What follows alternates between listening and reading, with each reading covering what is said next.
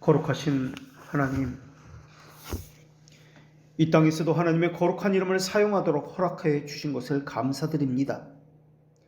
언약 안에서 주님의 거룩한 이름이 저희의 삶에 방향이 되게 하여 주시었고, 주의 이름이 선언될 때마다 주께서 저희를 구원하신 사실과 보호하심과 인도하심이 저희들에게 감사의 제목이 되게 하여 주시옵소서.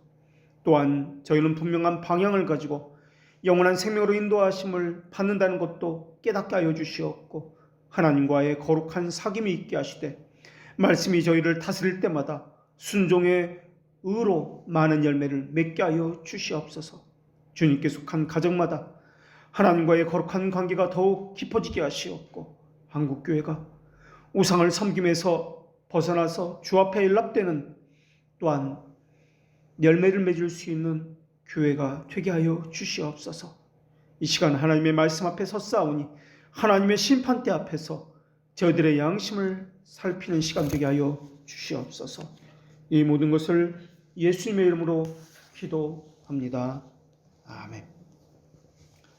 오늘 하나님께서 우리에게 주시는 말씀, 로마서 14장 22절과 23절의 말씀을 봉독합니다. 하나님의 말씀을 경청하십시오. 내게 있는 믿음을 하나님 앞에서 스스로 가지고 있으라. 자기가 옳다 하는 바로 자기를 정죄하지 아니하는 자는 복이 있도다. 의심하고 먹는 자는 정죄 되었나니 이는 믿음을 따라 하지 아니하였기 때문이라. 믿음을 따라 하지 아니하는 것은 다 죄니라. 아멘. 사람은 모두가 다 자기 신앙에 대해서 확신을 가지고 있습니다. 사람들은 그것을 믿음이라고 이야기합니다.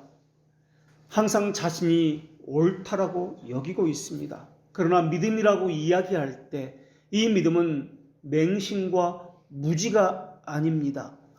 바른 지식을 믿음이라고 이야기합니다. 하나님을 아는 바른 지식에 근거하지 않는 것은 믿음이 아니라 우상 숭배입니다. 하나님의 뜻이 무엇인지 아는 것을 믿음이라고 이야기합니다. 오늘 본문에서는 22절에서는 믿음이 강한 자에게 주시는 말씀이고, 23절은 믿음이 연약한 자에게 주시는 말씀입니다. 우리가 씨름하는 죄의 문제는 항상 이웃과 관계가 됩니다. 사람들과 상처를 서로 주고받으면서 살아가고 있는 것이 우리의 모습입니다.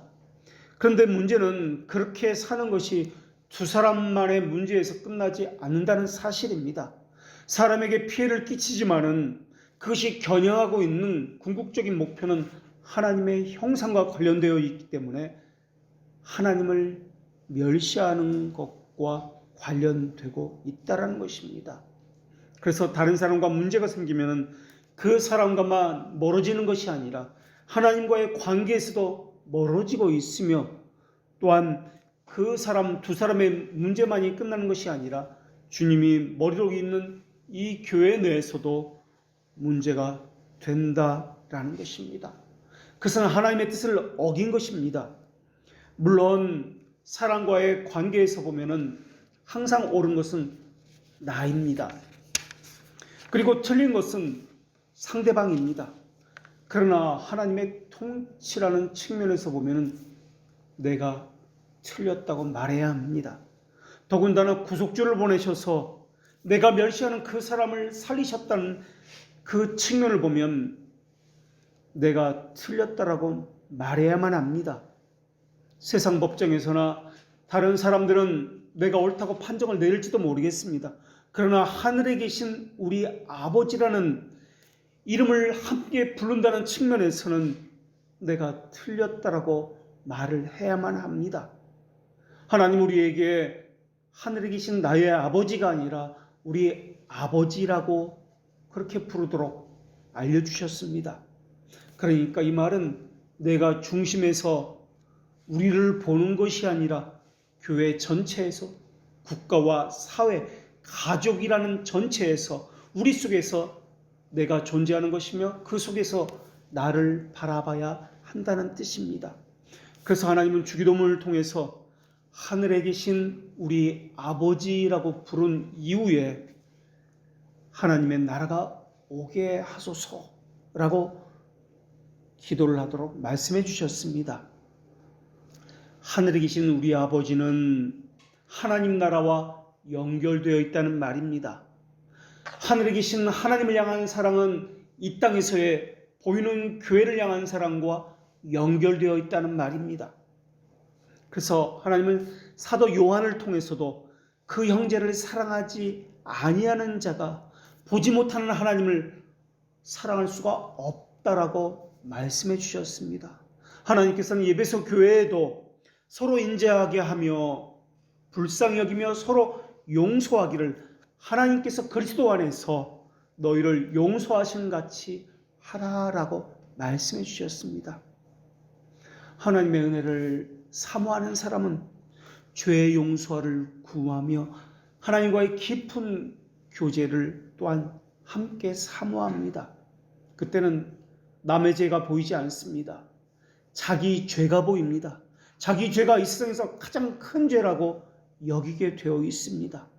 그런데 중생치 않은 자는 자기 안에 자기 왕국을 건설해 놓았기 때문에 자기 죄는 보이지 않습니다. 나는 옳다라는 생각만 있습니다. 남의 죄만 보이게 되어 있습니다. 그래서 판결하자고 이야기합니다. 따지고 다투고 하는 일들이 벌어집니다. 그런데 오늘 본문에서는 자기의 옳다는 바로 자기를 정죄하지 않는 사람이 복이 있다라고 이야기합니다.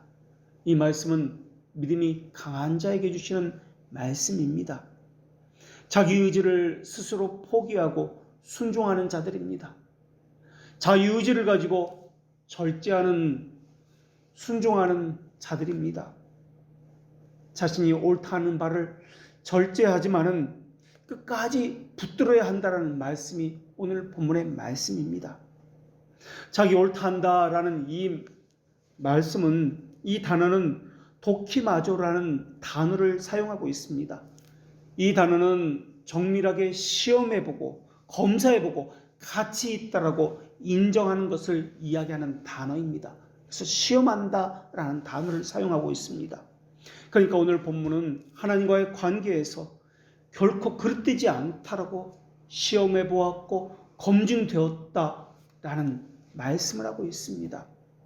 하나님의 말씀이 보증하고 있기 때문에 이것은 옳은 것입니다.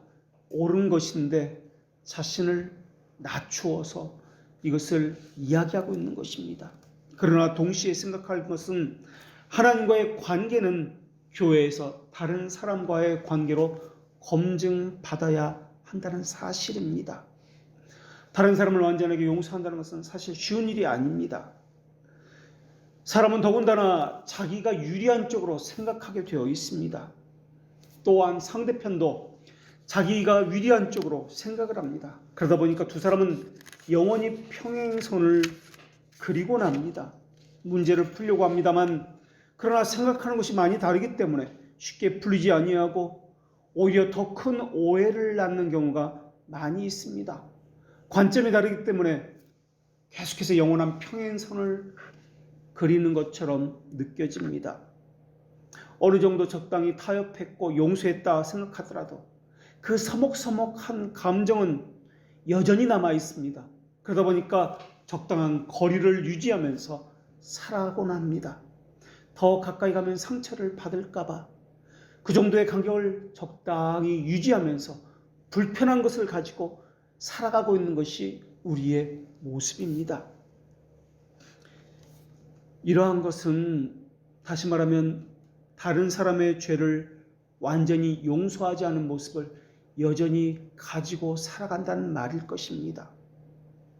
하나님과의 관계가 바르기를 소망하는 사람은 다른 사람과의 관계도 바르기를 소망합니다. 그것이 죄들의 용서, 다시 말하면 칭의가 가지고 있는 화목의 요소입니다. 그래서 죄들의 용서함을 받은 사람은 하나님과 화해되었기 때문에 이웃과의 관계에 있어서 화목하기를 소망합니다. 조금의 거리낌도 없고 조금의 불편한 감정도 있지 않기를 소망합니다. 어떤 교회에서는 죄에 대해서 강조하는 것까지는 좋은데 사람들의 마음을 억지로 몰아넣는 경우도 있습니다. 그러면서 그 죄들의 용서를 받기 위한 어떠한 문제 해법을 몇 가지로 제시합니다. 어떤 사람은 금식하라고 이야기합니다. 죄의 문제를 해결하기 위해서 육체의 학대를 고행과 같은 것을 하라고 제시하기도 합니다. 밤새워서 기도하라고도 이야기합니다. 또 어떤 교회에서는 면죄부와 같이 헌금을 하라고, 돈을 바치라고 이야기합니다.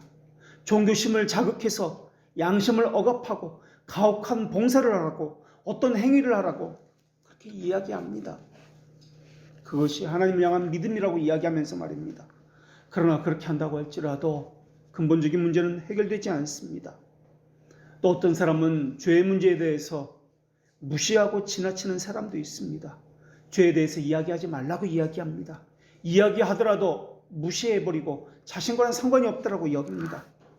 또 어떤 사람은 다 잊어버리고 즐겁게 살자고 이야기합니다. 과도한 취미, 스포츠 같은 것으로 일의 성취감으로 기쁨과 위로를 얻으려고 합니다. 이유를 붙여서 미루어 두기도 하고 또는 절반만 이야기하고 나머지 것은 슬쩍 넘기기도 합니다. 듣기 싫은 말은 귀를 막아버리고 무시하고 강팍한 마음으로 살아갑니다. 이러한 것은 죄들의 용서에 대한 바른 태도가 아닙니다. 죄들의 문제는 그러한 것을 행한다 할지라도 해결할 수 있는 것이 아닙니다. 그런데 하나님께서는 죄들의 용서를 말씀하시기 이전에 주님께서 기도를 가르쳐 주시면서 우리에게 일용할 양식을 주옵시고라는 기도를 먼저 알려주셨습니다. 우리에게 오늘 일용할 양식을 주옵시고 그런 다음에 나오는 것이 죄들의 용서해 주십시오라는 죄들의 용서에 대한 기도가 그 다음에 나옵니다. 그런 기도를 한 다음에 주기도문에는 계속해서 시험에 빠지지 않게 하시옵고 악에서 구원받게 하시옵소서라는 기도가 그 이후에 나옵니다. 주기도문에서 매일 먹는 양식을 구하는 것이 가장 먼저 나온다는 말입니다. 시험에 들게 하지 마옵소서라는 기도보다 양식을 구하는 기도가 먼저 나옵니다. 또 먹는 문제를 가지고 악에서 구하는 것보다 먼저 기도하게 주님께서는 말씀해 주셨습니다. 먹는 것이 그만큼 중요하기 때문에 죄에서 구하는 것보다 죄들의 용서보다 시험에 드는 것보다 먼저 기도해야 한다는 것은 어찌 보면 좀 옹색한 것 같은 생각이 듭니다. 주기도문은 6개의 간구로 되어 있습니다. 처음 3개는 하나님을 향한 간구로 되어 있습니다. 이것은 동격으로 하나로 연결되어 있는 것이지 각기 따로 되어 있는 간구가 아닙니다. 그러니까 이것은 하나의 간구인데 각기 다른 측면에서 보는 간구라는 것입니다. 그리고 하나님을 향한 간구가 3개라면 그 이후에 우리를 향한 기도가 3가지 것이 또 나옵니다. 그 3가지 기도는 일용할 양식에 관한 것이고 죄를 용서함에 받는 것이고 시험에 들지 않는 것이고 또한 악에서 구원받는 것입니다. 이거 역시 별개가 아닙니다. 원어에는 헬라어 카이라는 단어로 그리고라는 단어로 하나로 묶여진 기도라는 것을 이야기하고 있습니다. 그렇기 때문에 이것을 해석할 때 하나하나 따로 볼 것이 아니라 하나의 다른 측면에서 모두 연결시켜서 이것을 해석해 보아야 합니다. 다시 말하면 일용할 양식을 구하는 것이나 죄들의 용서와 시험에 빠지지 않는 것이나 악에서 구원받는 것이나 이 모든 것은 다 관계가 있다라는 것입니다. 그렇다면 어떻게 먹는 문제와 죄들의 용서와 관계를 가지고 있을까요? 왜 먹는 것과 시험에 빠지는 것과 악에서 구원받는 것과 관계를 가지고 있을까요? 사실 오늘 본문의 로마 교회도 그러하고 갈라디아 교회도 그러하고 고린도 교회도 그렇습니다만은 먹는 것과 죄를 짓는 것과 연결되어 있습니다라는 것을 볼 수 있습니다. 결국 주기도문에서 보면은 먹는 것이 어떻게 죄와 연결되느냐, 또 먹는 것이 어떻게 시험과 연결되어 있느냐, 먹는 것이 어떻게 악에서 구원받는 것과 빠져있는 것과 연결되어 있느냐 하는 것을 살펴보아야 한다는 말입니다. 일용할 양식을 구하라는 이 기도는 만나 사건에서 가져온 말씀입니다. 하나님은 사람의 떡으로만 살 것이 아니라 하나님의 말씀으로 살아야 한다라고 가르쳐 주셨습니다. 바로 이것이 주기도문을 해석하는 키워드입니다. 먹는 것 때문에 시험에 듭니다. 죄를 짓기도 합니다. 악에 빠지기도 합니다. 지금 그것을 이야기하고 있는 것입니다. 우리 일상의 모든 죄가 먹는 것과 관련해서 일어나고 있습니다. 이것을 말하고 있는 것이 바로 주기도문입니다. 그래서 하나님은 우리를 위한 기도에서 제일 먼저 일용할 양식을 구하라고 그렇게 말씀해 주셨습니다. 일용할 양식과 관계된 것이 죄와 악과 시험과 관련되기 때문에 그렇습니다. 그런데 생각해 보십시오. 왜 일용할 양식을 구하라고 그렇게 기도하라고 말씀하셨을까요? 하나님이 능력이 없어서입니까? 왜 한 달치를 못 주십니까? 왜 1년치를 한꺼번에 주시지 못하고 하루하루 일용할 양식을 오늘 구하라고 말씀해 주셨을까요? 하나님은 매일매일 하루씩만 주셨습니다. 더 많이 거둬도 안 됩니다. 남겨도 안 됩니다. 이것이 하나님의 방법입니다. 이것이 만나 사건을 통해서 주기도문을 또한 우리에게 주심으로써 알려주신 오늘 일용할 양식을 구하라는 기도입니다. 그런데 이것과는 반대로 사탄은 우리에게 반대의 생각을 심어주고 있습니다. 내가 이것을 내야 먹고 살 수 있다. 새 끼를 먹는다 할지라도 다른 사람과는 차별되게 좋은 것을 먹어야 한다. 그래야 사람답게 살 수 있다. 하루치가 아니라 하루치가 무슨 소용이냐. 1년치를 아니 자손 만대까지 먹고 살 수 있도록 남겨주어야 하는 것 아니냐. 사탄은 이렇게 이야기합니다. 하이델베르크 교리문답서에서 우리에게 사탄이 하는 일이 이런 것이다라고 가르쳐주고 있습니다. 그 첫 번째는 주님께 대항해서 스스로 높이도록 하는 일을 사탄이 하는 일이라고 가르치고 있습니다. 사탄이 하는 두 번째 일은 하나님의 거룩한 말씀에 반대하는 모든 악한 의논들을 행하는 것이 사탄이 하는 일이라고 알려주고 있습니다. 하나님의 말씀으로 살라는 것이 하나님의 뜻입니다. 그런데 사탄은 하나님의 말씀에 반대해서 사람이 의논해서 살라라는 것이 사탄의 속삭임입니다. 물질이나 명예나 다른 무엇으로 살라라는 것입니다. 하나님의 말씀으로는 살 수 없다라는 것이 사탄의 요구입니다. 사람들은 그렇게 여깁니다. 그것이 합리적이라 여기기 때문에 그것이 사람이 보기에 좋은 것이다. 이치에 합당하기 때문에 다른 사람도 그렇게 살기 때문에 그러나 그것은 하나님의 말씀에 위배됩니다. 주의 말씀 대신에 이적을 보여주고서 사람들의 마음을 빼앗아가는 것도 사탄이 하는 일입니다. 자신들은 귀신을 내어 쫓았다고 라고 자랑할지도 모르겠습니다. 그러나 하나님의 말씀을 떠나서 이적을 베푸는 것 자체가 귀신을 내쫓는 것 자체가 다 사탄이 행하는 일입니다. 사탄은 광명의 천사로 우리를 교묘하게 속입니다. 하나님의 말씀을 제외하고 눈에 보이는 가시적인 것들을 어떤 체험을 통해서 이성이라는 것을 가지고 합리적인 것을 가지고 과학이라는 이름을 가지고 하나님 대신에 그것을 맹신하게 하고 신뢰하게 만듭니다. 미신적인 성향이 가득 찬 사람에게는 사탄이 우상이라는 것을 통해서 미신을 이용해 그를 속이고 있습니다.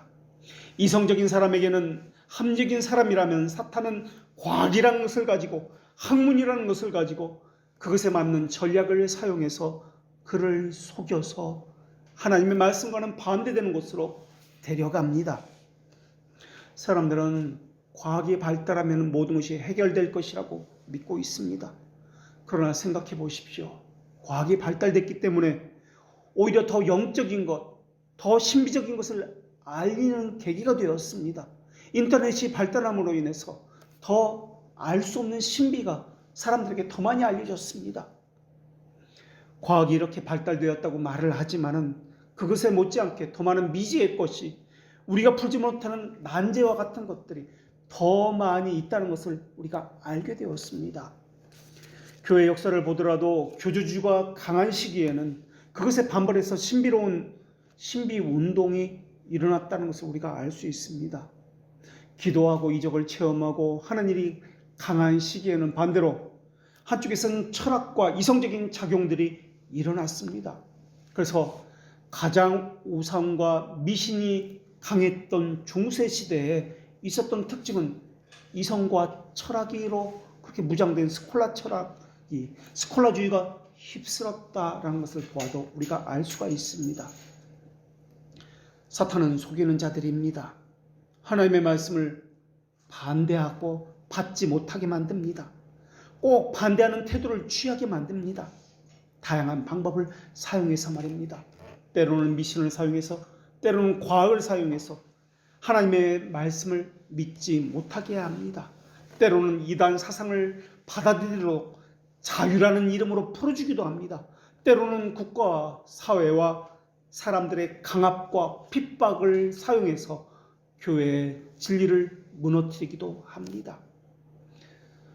거기서 빠져나오라고 정신을 차리라고 소리친다고 이것은 해결될 일이 아닙니다. 큰 소리를 치거나 타이르는 것도 필요하지만 그런 것으로 해결책이 되는 것은 아닙니다.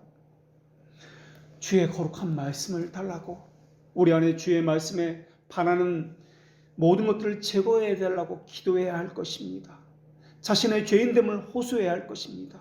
그리고 그 말씀이 자신을 다스리게 해달라고 기도해야 할 것입니다. 사람들이 비인격적인 재물에 매이는 이유는 그것을 주로서 섬기고 있기 때문에 그렇습니다. 사탄에게 속아서 저것이 있으면 행복할 것이다, 저렇게 되면 내가 행복하게 될 것이다 라고 생각을 품게 한 것으로부터 시작되기 때문에 그렇습니다. 사람들은 주위에 다른 사람이 추구하는 것을 추구합니다. 그것을 얻기 위해서 하나님의 뜻을 구하면 이것은 잘못된 신앙생활입니다. 문제를 제기하는 것부터 하나님의 뜻을 따라야 합니다. 구체적인 것에 있어서도 하나님의 뜻을 따라야 합니다. 그런데 우리의 기도를 보면은 하나님의 뜻을 구한다고 기도하지만은 스스로 어떤 목표는 정해져 있습니다. 그리고 그 목표를 향해서 어떤 방법을 취할까 하는 것만 가지고 하나님 앞에 기도합니다. 합격이라는 것, 어떤 무엇에 이루어진다는 것, 이것은 내가 이미 정해져 가지고 있습니다. 하나님, 어떻게 합격할까요? 이것을 이루기 위해서 내가 어떻게 해야 할까요? 그 방법만을 가지고 기도하고 있습니다. 중요한 것은 하늘에서 이루어지고 있는 하나님의 뜻이 이 땅에서도 나에게서도 이루어지기를 구하는 것입니다. 주기도문에서 구하는 기도는 이 땅에서 이루어지는 것이 먼저로 기도하는 것이 아닙니다. 하늘에서 먼저 이루어지는 것을 찾는 것, 이것이 먼저 되는 기도입니다. 그렇기 때문에 방법만을 구하는 기도는 하나님의 말씀을 떠난 기도이며 자기의 행복을 위한 기도이며 이것을 우상 숭배자들의 기도와 같다라고 이야기합니다. 특히 상황 중심적인 기도, 문제 중심적인 기도를 하는 이 사람의 기도는 모든 기도가 우상 숭배자의 기도와 같습니다. 왜냐하면 그 문제가 해결되면 더 이상 기도할 이유가 그 사람에게 없기 때문에 그렇습니다. 당장 다급한 이 문제를 위해서 기도할 뿐입니다. 그러다가 또 문제가 생기면 기도할 것이고 그 문제가 해결되려면 기도하지 않을 것이기 때문에 그렇습니다. 이러한 기도는 이방인의 기도와 같은 기도입니다. 우리는 연약한 사람이기 때문에 직장이나 진료에 대해서 하나님의 뜻을 구해야 합니다. 그러나 그 기도를 드리려면 먼저 하나님의 뜻이 하늘에서 이루어졌다라는 것을 먼저 기도해야 합니다. 그리고 그리스도를 통해서 지금 이 땅에서도 이루어지고 있다는 것을 또한 기도해야 합니다. 특히 그리스도의 몸된 교회를 통해서 하나님의 뜻이 하늘에서 이룬 것처럼 이 땅에서 이루어지고 있다는 것을 기도해야 합니다. 그러니까 하늘에서의 하나님의 뜻이 이 땅에서의 하나님의 뜻과 연결되어서 기도해야 합니다. 자기의 이름이 드러나는 것을 집착하지 말아야 합니다. 하나님의 이름이 드러나는 것을 기도해야 합니다. 그렇게 되면은 하나님의 이름이 드러나는 것입니까? 합격하면은 그 직장에 취직하게 되면은 그 물질을 소유하게 되면은 하나님의 이름이 드러나는 것입니까? 아니면 자기 유익이 드러나는 것입니까? 물어야 할 것입니다. 오늘 본문에서 믿음의 확신에 대해서 이야기합니다. 확신이라는 것은 하나님의 뜻이 무엇인지 분명히 알 때 생기는 것입니다. 하나님의 뜻이 이것이다 분명히 알 때 굳건한 확신이 생기고 그 문제에 대해서 바른 판단을 내릴 수 있으며 그러할 때 담대함이 생기며 그러할 때 그 무엇으로도 두려워하지 않게 될 것입니다. 그래서 흔들리지 않게 될 것입니다. 어떠한 외부에서의 유혹과 시험이 온다 할지라도 확신이 있기 때문에 이것이 하나님의 뜻이라는 이것이 있기 때문에 다 시험을 물리칠 수 있게 될 것입니다. 그러나 만약에 확신이 없다면 다른 사람을 의지하게 될 것입니다. 여기서 기웃 저기서 기웃할 것입니다. 자기 안에 확신이 없다면 다른 사람을 만나면 그 사람의 말에 쏠리게 될 것이고 또 다른 사람을 만나면 또 그쪽으로 쏠리게 될 것입니다. 일관성은 없게 될 것이고 불안할 것이고 염려로 가득 차게 될 것입니다. 왜냐하면 하나님의 뜻이 무엇인지 모르기 때문에 그렇습니다. 이럴 때 나타나는 것은 유행에 따라 살게 되어 있을 것입니다. 다른 사람이 구하기 때문에 나도 구합니다. 다른 사람이 그것을 하기 때문에 나도 합니다. 유행에 민감하게 될 것입니다. 세상이 말하는 것을 쉽게 반응할 것입니다. 왜 그렇게 되는 것입니까? 그것은 중심에 하나님이 없기 때문에 그렇습니다. 그래서 유행에 따라 사는 것입니다. 그 안에 하나님의 말씀에 대한 말씀에 확신이 없기 때문에 다른 사람이 추구하는 것을 따라 나도 좋아하고 그들이 좋아하는 것을 따라 나도 따라가는 것입니다. 하나님의 뜻은 이미 하늘에서 나타났습니다. 그리고 이 땅에서도 그리스도 안에서 보여졌습니다. 자기 이익을 위해서 마음을 쓰기 때문에 하나님의 뜻이 보이지 않는 것입니다. 하나님의 뜻은 하늘에서 이루어졌고 이 땅에서도 지금 이루어지고 있습니다. 그러나 하나님의 뜻은 이 땅에서가 먼저가 아니라 하늘에서 먼저이고 땅은 그 다음입니다. 그런데 우리는 이렇게 생각합니다. 이 땅에서 이루어지면 하늘에서도 이루어질 것이라고 말입니다. 그래서 사람들은 내가 기뻐하면 하나님도 기뻐할 것이요 내가 잘되면 하나님께는 영광이요 이 땅에서 성공하는 것을 가지고 하나님께 영광을 드러낸다라고 반대로 생각합니다. 이 땅에는 자기 뜻을 가지고 하나님의 뜻을 이야기합니다. 자기가 원하는 것을 가지고 하나님이 원하는 것이라고 이야기합니다. 그러나 하나님의 뜻은 우리의 성공이 아닙니다. 오히려 십자가에 하나님의 뜻이 드러났습니다. 고난에 참여하는 것과 십자가에 못 박는 것을 하나님의 뜻이라고 말씀하셨습니다. 그러나 우리의 뜻은 그렇게 말하지 않습니다. 주님은 자기 십자가를 지고 자기를 부인하라고 말씀하셨고 이것이 하나님의 뜻이라고 알려주셨습니다. 주님께서는 기도를 우리에게 가르쳐 주실 때 순서를 정확하게 가르쳐 주셨습니다. 하늘이 먼저이고 그 다음에 땅이다 라는 것을 말입니다. 그리고 우리를 향한 기도를 통해서도 일용할 양식이 먼저로고 그 다음에 양식을 위한 기도 다음에 시험에 들지 않게 하는 것과 또한 죄에 들지 않는 것 이러한 기도를 그 다음으로 알려주셨습니다. 주기도문의 순서를 잘 생각해 보십시오. 양식을 구하는 기도가 가장 먼저입니다. 그 다음에 죄 용서, 시험에 들지 않는 기도 이런 것이 그 다음에 나옵니다. 왜 일용할 양식을 구하는 것을 가장 먼저 기도하라고 하셨을까요? 우리 생각에는 잘못한 사람을 용서하여 준 것 같이 우리 죄를 용서하여 주시옵소서 하는 기도가 일용할 양식에 대한 기도보다 먼저 돼야 될 것 같은 그것이 더 성경적인 것 같은 그런 생각이 듭니다.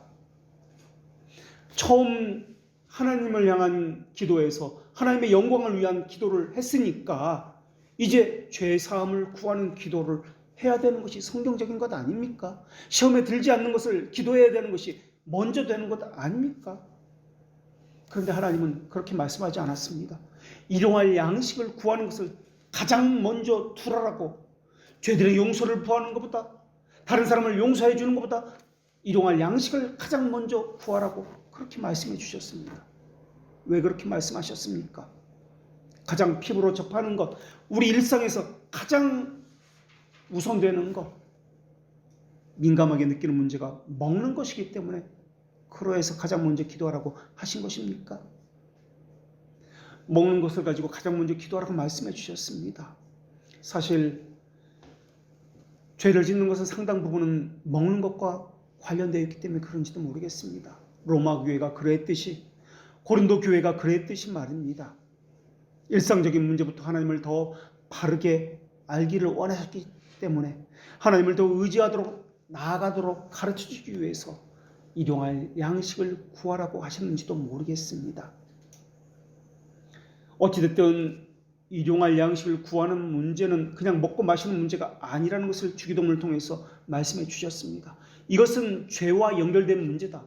시험과 연결된 문제다. 다른 사람의 죄를 용서하는 것과 관련된 문제다라는 것을 말씀해 주셨습니다.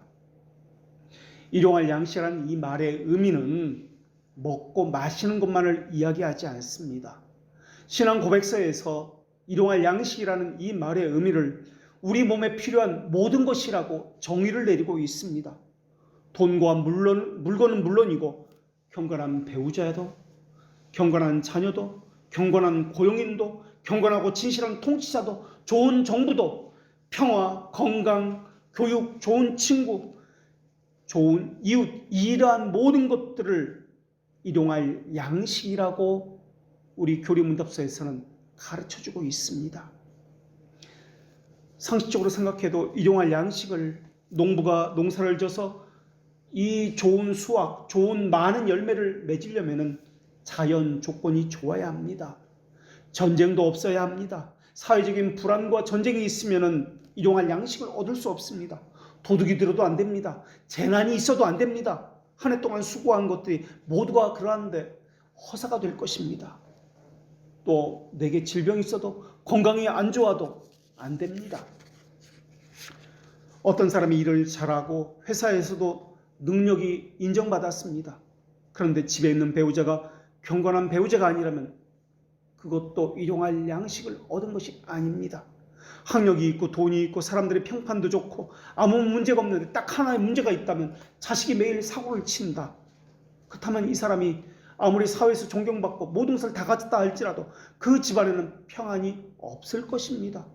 밖에서 전쟁이 나도 평안이 없을 것이고 안에서 전쟁이 있다 할지라도 평안이 없을 것이며 제대로 일용할 양식을 먹을 수 없을 것입니다.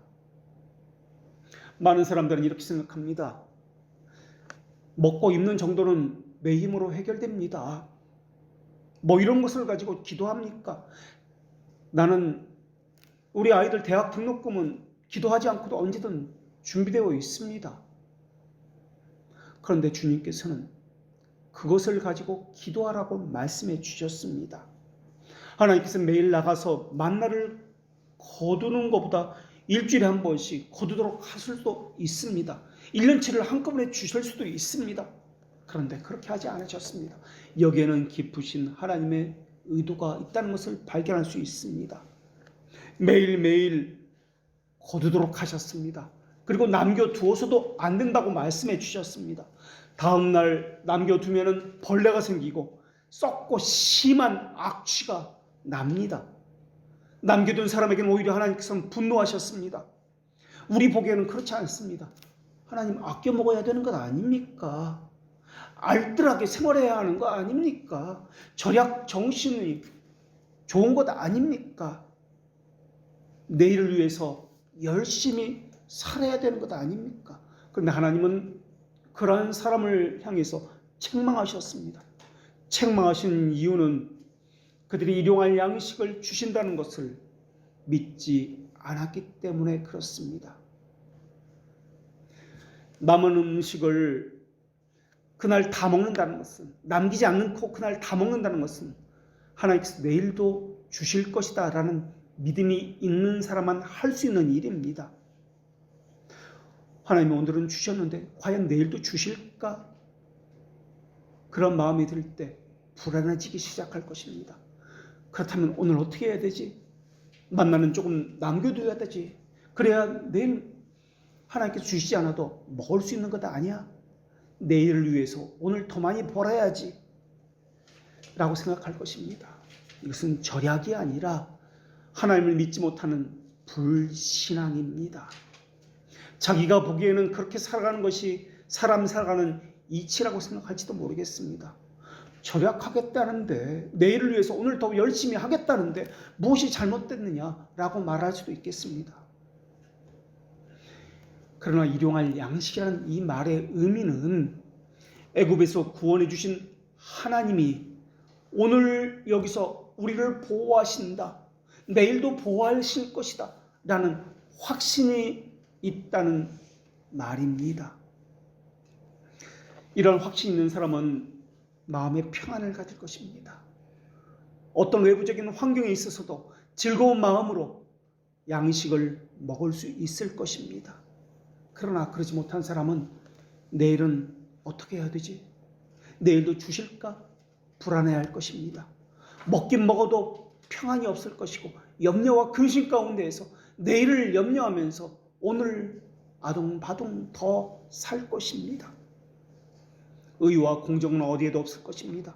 하나님을 향한 거룩과 경건도 없을 것입니다. 오늘 본문의 말씀에서는 이렇게 말씀합니다. 믿음으로 먹지 않는 죄라고 말입니다. 먹습니다. 살긴 삽니다. 먹긴 먹습니다. 일을 하고 사람도 만납니다. 그러나 믿음으로 먹지 않습니다.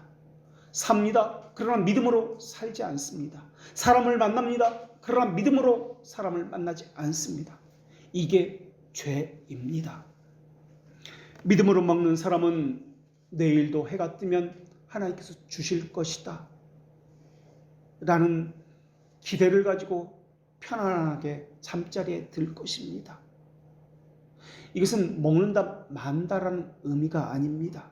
일상의 모든 것을 말하는 것입니다. 하나님께서는 단지 먹는 것을 주시는데 그치는 것이 아니라 일용할 양식을 통해서 하나님께 매일 의지하는 삶을 살라라고 말씀해 주고 있는 것입니다. 먹는 것을 말씀하신 것은 그들 마음에 살아있는 믿음을 일으켜 주시는 하나님의 의도였습니다. 그래서 하나님께서는 이스라엘 백성에게 이렇게 말씀하셨습니다. 너를 낮추시며 너를 줄이게 하시며 또 너도 알지 못하며 내 열조도 알지 못하던 만나를 내게 먹이신 것은 사람이 떡으로만 살 것이 아니요 여호와 입에서 나오는 모든 말씀으로 사는 줄을 너로 알게 하려 하심이라 라고 말입니다. 하나님은 사람이 먹어야 산다는 것을 아십니다. 하나님이 다 알고 계십니다. 자녀를 키우지 말라고 말씀하지 않았습니다. 하나님은 일을 하지 말라고 굶으면서 하나님의 일을 하라고 말씀하지 않으셨습니다. 자녀를 대학 보내지 말라고 말씀한 적도 없습니다. 일용할 양식 안에는 그러한 모든 것들이 다 들어 있습니다. 하나님께서는 그 모든 것을 알고 계시기 때문에 일용할 양식을 구하라고 말씀하셨습니다. 그러나 우선순위를 두라라고 말씀하신 것입니다. 그래서 일용할 양식을 구하라고 말씀하신 것입니다. 일용할 양식을 구하라는 말의 의미는 그것을 주겠다는 말입니다. 그것을 주시는 분이 너의 아버지다, 하늘에 계신 너의 아버지다 라는 말입니다. 그러나 사람들은 먹을 것을 우선순위에 둡니다. 그것을 위해서 먹고 살기 힘들어서요, 교회는 다음에 나가겠습니다. 너무 살기가 빡빡합니다. 그렇게 이야기합니다. 사람들은 하나님이 아닌 다른 것에서, 먹을 것에서, 소유에서 그릇된 안정감을 찾습니다. 그러한 사람은 일용할 양식이 없을 때는 기도할지도 모르겠습니다. 그러나 일용할 양식이 있을 때는 기도하지 않습니다. 시편 기자는 전형적인 악인에 대해서 이렇게 묘사합니다. 악인을 설명하면서 그들의 마음은 기름에 잠겼으며 그들의 입은 교만하게 말하나이다. 그들은 주의 제물로 배를 채우고 자녀로 만족하고 그들의 남은 산업을 어린아이에게 물려주는 자입니다. 교만하다는 것은 다른 것이 아닙니다. 하나님을 의지하지 아니하고 자기 힘으로 무언가를 하려고 하는 것, 자기 생각으로 먹을 것을 구할 수 있다라고 여기는 것을 교만이다, 악인이다 라고 이야기합니다. 악인의 관심은 하나님이 아닙니다. 먹을 것입니다. 자기 배입니다. 그들의 관심은 자신의 가족입니다. 어린아이를 위해서 남겨주겠다라는 것은 자기 자손을 위해서 더 많은 것을 물려주기 위해서 지금도 노력하고 있다라는 말입니다. 그것이 하나님께서 시편 기자를 통해서 이것이 악인이다라고 말씀해 주신 것입니다. 그런 다음에 악인이 이런 사람이다라고 이야기한 다음에 의인은 이런 사람입니다라고 바로 이어서 이야기합니다. 나는 의로운 중에 주의 얼굴을 배우르니 깰 때 나는 주의 형상으로 만족하리이다. 주의 형상으로 만족합니다. 다른 것으로 만족하지 않습니다. 오직 주의 형상으로 만족합니다. 주의 형상, 하나님을 향한 거룩함으로 나는 만족합니다. 하나님을 아는 지식으로 나는 만족합니다. 이웃과의 관계에서 의로움으로 나는 만족합니다. 이것을 기뻐합니다. 이런 뜻입니다. 하나님께서 사람이 만나를 먹고 사는 것이 아니라 하나님의 입에서 나오는 모든 말씀으로 사는 것이라고 가르쳐주기 위해서 일용할 양식을 구하는 것이다 라고 기도하고 있습니다. 이것과 관련되어서 죄들의 용서와 시험에 들지 않는 것이나 악에서 구원받는 것이 다 연결되어 있다는 말입니다. 하나님은 사람을 그렇게 창조하셨습니다. 사람은 하나님을 의존하며 사는 존재로 말입니다. 그래서 중생된 자는 하나님의 형상을 회복하면서 하나님을 의존하는 삶을 삽니다. 그런데 어떤 사람은 만나에만 관심이 있습니다. 그것을 주신 하나님에는 관심이 없습니다. 직장 또는 취직, 합격, 소유, 자녀 이러한 모든 것들 이거에만 관심이 있습니다. 어떻게 하면 만나를 더 많이 거둘까? 어떻게 하면 이 만나를 아껴서 내일도 먹을까? 이것이 바로 악인들의 생각입니다. 만나는 저절로 내린 것이 아닙니다. 하나님께서 명령하여 말씀으로 백성들에게 매일매일 말씀으로 보내신 것입니다. 그렇기 때문에 이스라엘 백성들에게는 하나님의 언약의 말씀을 지키면서 사는 것이 그들의 생명이라는 것을 알고 있었습니다. 그 말씀을 지키지 않으면 하루라도 살 수 없다는 것은 그들은 알고 있었습니다. 그래서 실제로 그들은 하나님의 말씀을 어겼을 때, 순종하지 않았을 때 다른 나라의 포로로 끌려갔습니다.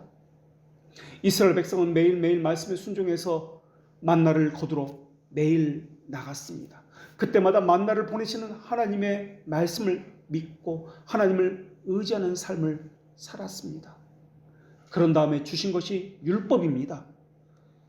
만나의 정신으로 율법의 말씀에 순종하는 삶을 살게 된 것입니다.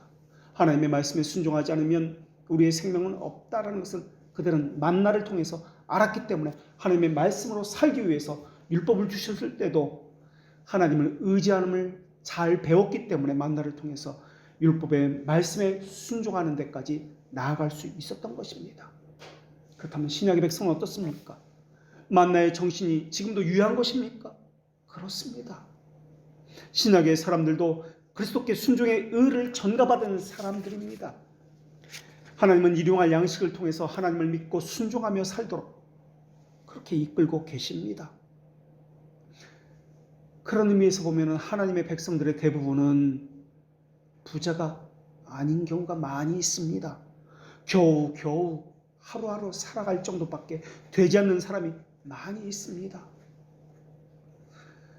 만나의 정신을 어쩌면 알려주기 위해서 그렇게 큰 부자가 되게 하지 않으셨는지도 모르겠습니다. 겨우 살 정도만 그렇게 하나님께서 매일매일 일용할 양식을 구하면서 살게 하시려고 그렇게 하셨는지도 모르겠습니다. 그래서 계속 말씀을 주시면서 하나님과의 백성과 사귐을 유지하게 하도록 하나님을 의지하는 법을 배우게 하기 위해서 그렇게 하셨는지도 모르겠습니다. 구약 백성만이 아닙니다. 오늘날 신약 백성에게도 마찬가지입니다. 그런데 이것은 세상 사람들이 살아가는 방식과는 전혀 다른 정반대의 삶의 방식입니다. 세상 사람들은 먹을 것이 많이 있어야 살 수 있다고 여깁니다. 그래서 하나님보다도 직장을, 돈을 버는 것을 우선으로 여깁니다. 그 대표적인 예가 누가복음 12장에 나오는 어리석인 부자의 예입니다. 부자는 많은 추수를 했습니다. 수확이 많았고 열매가 많았습니다. 그러다 보니까 창고가 지금 있는 곳으로는 부족했습니다. 그래서 창고를 하나 새로 지어서 그 많은 것을 보관해야 되겠다라고 이야기합니다. 그래서 편히 먹고 마시자면서 잔치도 열었습니다. 잔치를 연다라는 이 말의 의미는 수전노가 아니라 다른 사람에게도 베풀 수 있는 사람이라는 말입니다. 그런데 하나님께서는 그를 향해서 어리석은 자라고 말씀하셨습니다. 그의 영혼을 그날 밤에 불러가셨습니다. 어리석다라고 하는 것은 농사를 잘 지어서 수확을 많이 맺었기 때문에 어리석다라고 하지 않으셨습니다. 창고를 지어서 곡물을 보관하려고 한 것을 어리석다고 한 것이 아닙니다. 하나님을 잊어버리고 산 것을 어리석다라고 이야기한 것입니다. 사람의 생명이 넉넉한 데 있다. 그 소유의 넉넉한 데 있지 않다는 것을 그는 몰랐다고 하는 것 때문에 어리석다라고 한 것입니다. 하나님께서는 일용할 양식을 주시면서 사람들이 일용할 양식을 대하는 근본적인 태도에 대해서 말씀하고 있는 것입니다. 하나님은 아십니다. 직업을 구하는 것, 자녀를 구하는 것, 직장에서 진급하기를 하나님께서는 또한 원하십니다. 그러나 일상에서 모든 일이 오늘날 우리에게 일용할 양식을 주시고에 해당되는 기도라는 것을 하나님께서는 아시지만은 그 양식에 의존하는 삶을 사는 것이 아니라 하나님을 의존하는 삶을 살아야 한다는 것을 깨우치기 위해서 일용할 양식을 위해서 기도하라고 하신 것입니다. 모든 좋은 것은 주님으로부터 나온다는 것을 배우게 하기 위해서입니다. 이것이 교리문답서의 고백입니다. 다시 말하면 죄들의 용서의 기원은 어디로부터 오느냐라는 것을 묻고 있는 것입니다. 죄들의 용서의 기원은 우리의 행위로부터가 아닙니다. 마치 일용할 양식을 구하는 것처럼 하나님의 자비하심으로부터입니다.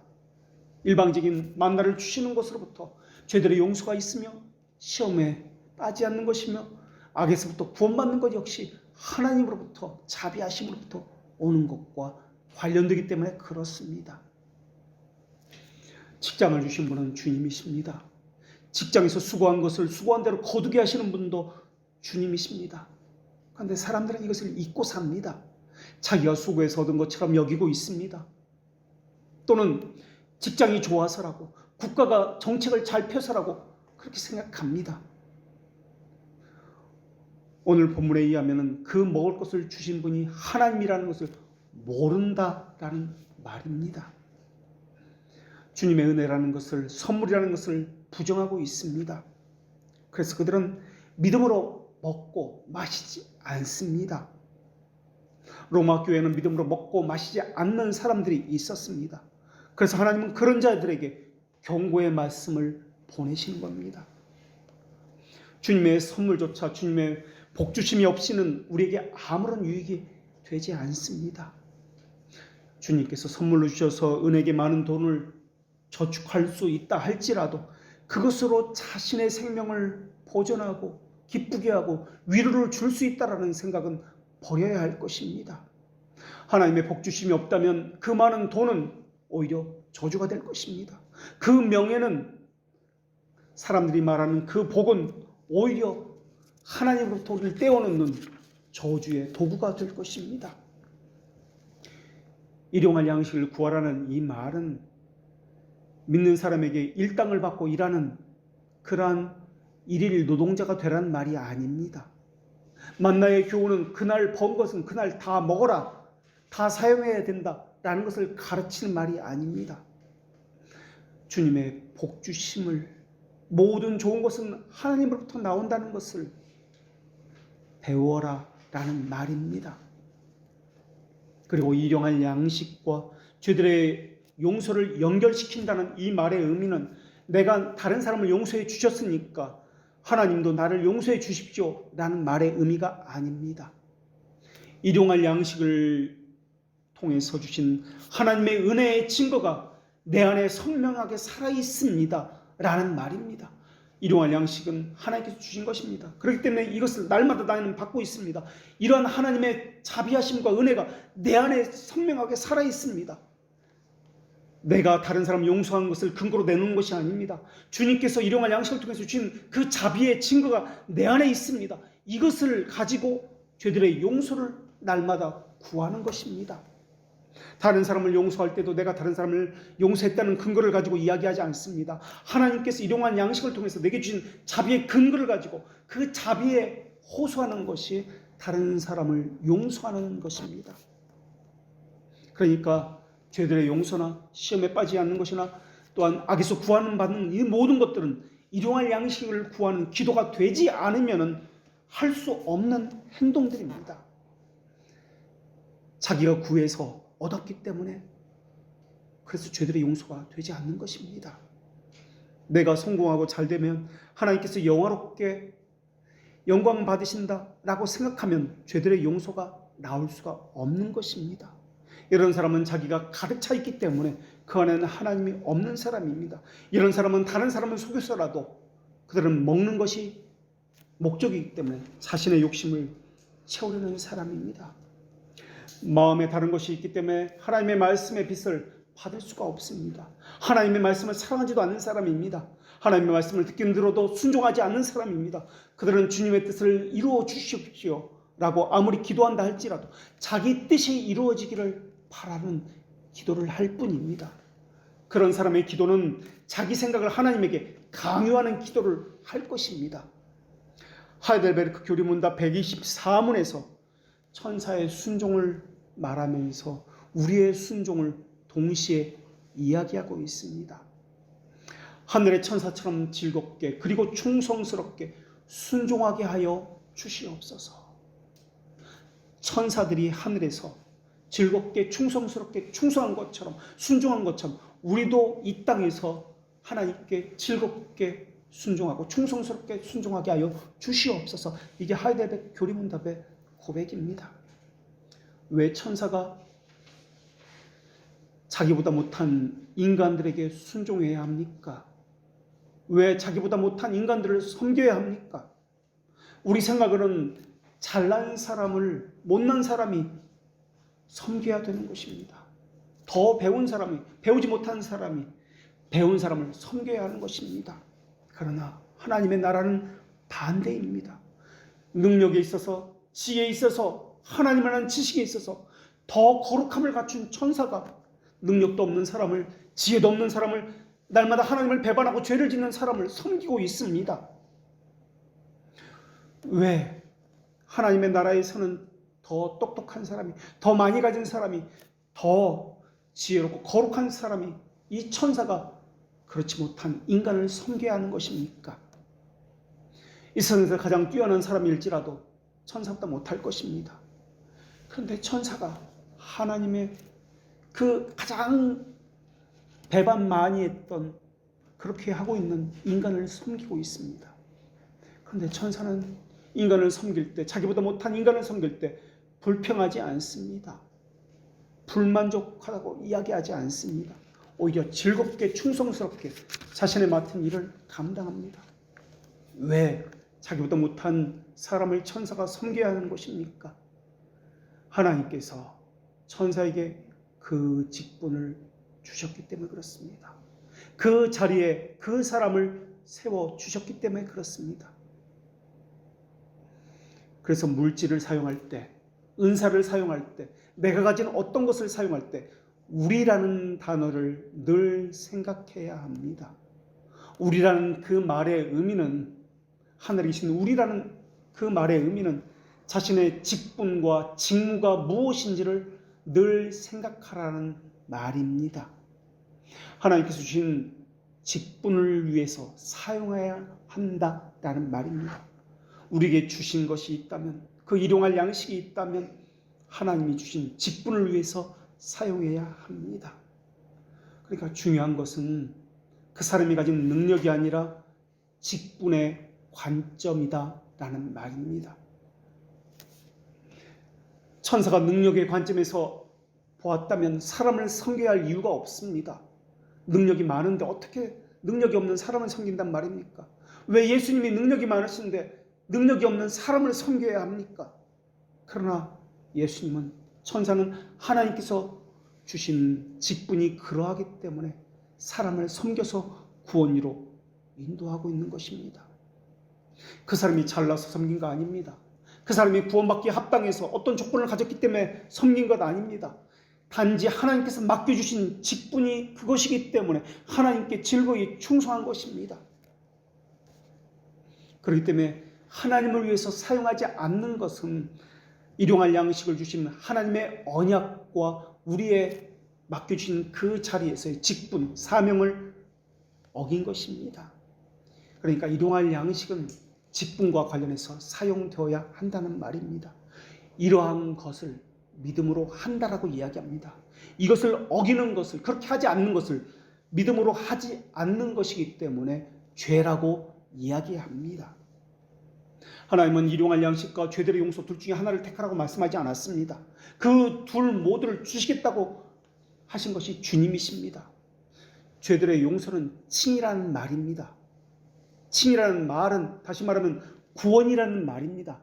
죄들의 용서함을 받지 못했다는 말은 구원받지 못했다는 말입니다. 일용할 양식을 위해서 기도하지 않고 자기가 자기 생계를 자기 힘으로 꾸린다고 생각하는 사람은 다시 말하면 죄들의 용서도 받지 못했다는 말입니다. 일용할 양식을 위해서 기도하지 않는 사람은 죄들의 용서에 대해서 생각해 봐야 합니다. 구원받음에 대해서 생각해 봐야 합니다. 다시 말하면 하나님의 자녀가 아니라는 것을 생각해 봐야 합니다. 모든 것의 근원이신 하나님의 말씀을 믿지 않고 국가를 신뢰하는 사람이 있습니다. 직장이나 재물을 신뢰하는 사람이 있습니다. 이것은 다른 신을 섬기는 사람입니다. 생활의 문제에 우선순위를 두고 그런 관점에서 문제를 풀려고 하면 어리석은 부자처럼 될 것입니다. 주기도문 우리에게 알려주고 있습니다. 오늘 우리에게 일용할 양식을 주시고, 가장 먼저 기도입니다. 우리가 우리에게 죄 지은 사람을 용서하여 준 것 같이 우리 죄를 용서하여 주시옵고 시험에 들게 하지 마시고 악에서 구하소서. 이 기도는 각각 끊어진 기도가 아니라 일용할 양식을 구하는 기도로부터 모두가 하나로 연결된 기도입니다. 이 중에 하나라도 빠지면은, 또한 잘못되면은 전체가 어긋나는 기도입니다. 만약에 죄들의 용서에 대한 기도만 있고 양식을 위한 기도가 없다면, 양식은 없고 죄들의 용서에 대한 기도만 있다면 우리는 평생 양식 때문에 고통받은 삶을 살게 될 것입니다. 우리가 평생에 생활고에 시달리면서 신음하고 있다면 하나님은 영적인 것만 용서하시는 하나님이 될 것입니다. 육적인 것은 관심이 없는 그런 하나님이 될 것입니다. 그러나 예수님은 이 땅에 오실 때 신성을 가지신 분이 참된 인성을 또한 입고 오셨다는 것을 기억해야 할 것입니다. 주님께서는 일용할 양식을 주신다라고 약속하셨습니다. 동시에 죄들의 용서에 대해서도 함께 약속해 주셨습니다. 우리의 삶 전반적인 것을 하나님께서는 책임져 주신다는 것을 말씀하기 위해서 양식이라는 단어를 통해서 우리에게 약속해 주신 것입니다. 그러니까 오늘 본문에서도 죄들의 용서에 대해서 이야기할 때 일용할 양식과 함께 가야 한다는 것을 우리가 볼 수가 있습니다. 지금 로마 교회는 먹는 문제 때문에 흩어지고 갈라지고 죄들의 용서가 되지가 않고 있습니다. 먹는 것 때문에 시험에 들었습니다. 그러니까 이러한 것은 일용할 양식의 문제와 죄들의 용서의 문제를 따로 보는 것이 아니라 같은 측면에서, 같은 틀에서 보아야 한다라는 것입니다. 만약에 이것을 따로 떼어놓고 보면은 내가 내 것 가지고 먹는데 네가 왜 10이야? 이렇게 되어 있습니다. 내가 내 직장에서 일하고 내 것 가지고 내 마음대로 하겠다는데 누가 뭐래? 라고 되어 있습니다. 이러한 태도는 하나님의 은혜에 대해서 모르는 사람이 하는 것입니다. 내 것 가지고 내 것 알아서 하겠다는데 왜 그래? 내 것은 내 것이 아닙니다. 하나님의 것입니다. 믿음이 있고 또한 감사로 삶을 사는 사람에게는 만나는 달콤한 꿀송이와 같습니다. 꿀처럼 달고 맛있는 음식이고 만나를 주신 것 자체가 감사의 제목입니다. 그러나 믿음이 없는 사람은 이 만나는 불평의 요소입니다. 원망의 요소입니다. 맛대가리가 없는, 도저히 먹을 수가 없는 그런 음식입니다. 그런 사람은 불평, 불만이 나오게 되어 있습니다. 나는 다른 것도 먹고 싶은데 예전에 애굽에서 있었던 것들 그립다 라고 이야기하게 되어 있습니다. 소형차를 가진 사람은 대형 자동차를 가지고 싶다. 강남의 아파트를 가지고 싶다. 그래서 더 만족하지 못하고 더를 찾게 되어 있습니다. 다른 사람이 갖고 있으니까 나도 가지고 싶다 라는 마음은 일용할 양식을 구하는 정신과는 다른 정신입니다. 돈을 쓸 때는 하나님의 것이다. 자신의 직분을 고려해야 합니다. 만나처럼 똑같이 나눠준다는 의미가 아니라 우리 안에서 자신의 직분을 맞게 사용해야 한다는 의미입니다. 빌립보서 2장 4절에서는 하나님은 각각 자기의 일을 돌아볼 뿐더러 또한 각각 다른 사람의 일을 돌아보아 나의 기쁨을 충만하게 하라 라고 말씀해 주셨습니다. 자기 일을 하면서 동시에 각각 다른 사람의 일도 돌아봐라. 다른 사람의 짐도 짊어지라 라고 가르친 겁니다. 이 말씀의 의미는 교회 전체를 두고 말씀하시는 것입니다.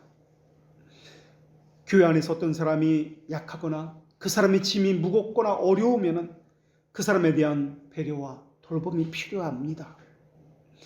교회라는 것은 우리 교회라는 개념인데 이것은 이 땅에 있는 모든 교회를 이야기합니다. 그냥 내버려 두는 것은 교회가 아닙니다. 혹시라도 다른 사람을 향해서 나는 이 정도 순종하는데 나 이만큼 하는데 당신은 왜 그것밖에 하지 않습니까? 라고 이야기한다면 당신 때문에 교회가 힘있게 나아가는 데 있어서 지장을 받고 있습니다. 라고 한다면 이것은 잘못된 생각입니다. 각각 자기의 일을 돌아볼 뿐더러 또한 각각 다른 사람의 일을 돌아보라고 말씀하실 때 이것은 그리스도의 인품을 전제로 하는 말씀입니다. 다른 사람이 어떤 무거운 짐을 졌으면 그 형편을 헤아려서 같이 짊어져라. 같이 마음을 나누고 함께 주께 나아가라 라는 말입니다. 전체라는 우리를 생각하지 아니하고 자기 목만 열심히 하면 된다라고 하는 사람은 하나님의 말씀을 제대로 이해한 것이 아닙니다. 서로가 각 사람이 순종해야 합니다. 서로가 우리를 생각해야 합니다. 그러니까 일용할 양식을 구한다는 말은 죄들의 용서와 관련되어 있다는 말이며 우리를 향한 간구는 하나님을 향한 간구에 종속되어서 연결되어 있다라는 말입니다. 그러니까 일용할 양식을 구한다는 말은 죄들의 용서와 관련되어 있으며 하나님의 이름이 거룩히 여김을 받으시는 것과 관련되어 있으며 하늘에서 하나님의 뜻이 이루어진 것 같이 이 땅에서도 하나님의 뜻이 이루어지라와 모든 것이 다 연관되어 있다라는 것입니다. 믿음으로 먹지 않는 것은 죄입니다. 예배를 드릴 때도 믿음으로 행하지 않는 것은 죄입니다. 섬길 때도 마찬가지입니다. 하나님께서 일용할 양식을 얻는 것처럼 죄들의 용서도 하나님께서만 받을 수 있습니다. 그래서 죄들의 용서를 받은 사람은 다른 사람의 죄도 용서할 수 있습니다. 로마 교회는 아직 먹고 마시는 문제로 사람의 편을 가르고 있습니다. 죄들의 용서함을 받지 못한 사람처럼 다른 사람을 정죄하고 있습니다. 여기서 믿음이 있는 사람과 없는 사람이 나뉘어지기도 합니다. 은혜를 받은 사람과 그렇지 못한 사람이 나뉘어지기도 합니다. 그러나 주의 백성은 하나님의 자비하심만을, 그리스도의 보혈만을 의지합니다. 자신의 죄인됨을 고백하며 한 믿음을 갖습니다. 나누고 정죄하는 것이 아니라 죄들의 용서를 구하며 거룩한 교직 가운데 하나님의 자비 안에서 하나됨을 추구해야 합니다. 이제야 하나님은 로마 교회의 죄들의 용서와 관련해서 교회의 일치를 하나님의 자비 안에서 일용할 양식을 구하는 교회가 되기를 원하면서 이 말씀을 오늘 로마교회에 주셨습니다. 기도하겠습니다. 거룩하신 하나님, 주님께서는 저희에게 아주 선명한 말로 기도를 가르쳐 주셨습니다. 그 기도를 통해서 주님의 진리를 더욱 알게 하셨습니다. 그러나 우리는 수많은 이 기도를 외우면서도 그 안에 담긴 내용을 알지 못하고 습관처럼 또는 주문처럼 그렇게 해왔습니다. 그러나 이제부터는 외식적인 기도, 형식적인 기도는 그치게 하여 주시옵고, 무지한 자의 기도가 아니라 하나님의 거룩하심에 따라서 기도하게 하시옵고, 주님께 일용할 양식을 구하는 것처럼 죄사함의 용서를 날마다 구하게 하여 주시옵고, 무엇보다 하나님만을 의지함으로 직분을 우리 안에서 행하는 저희들 되게 하여 주시옵소서. 이 모든 것을 예수님의 이름으로 기도합니다.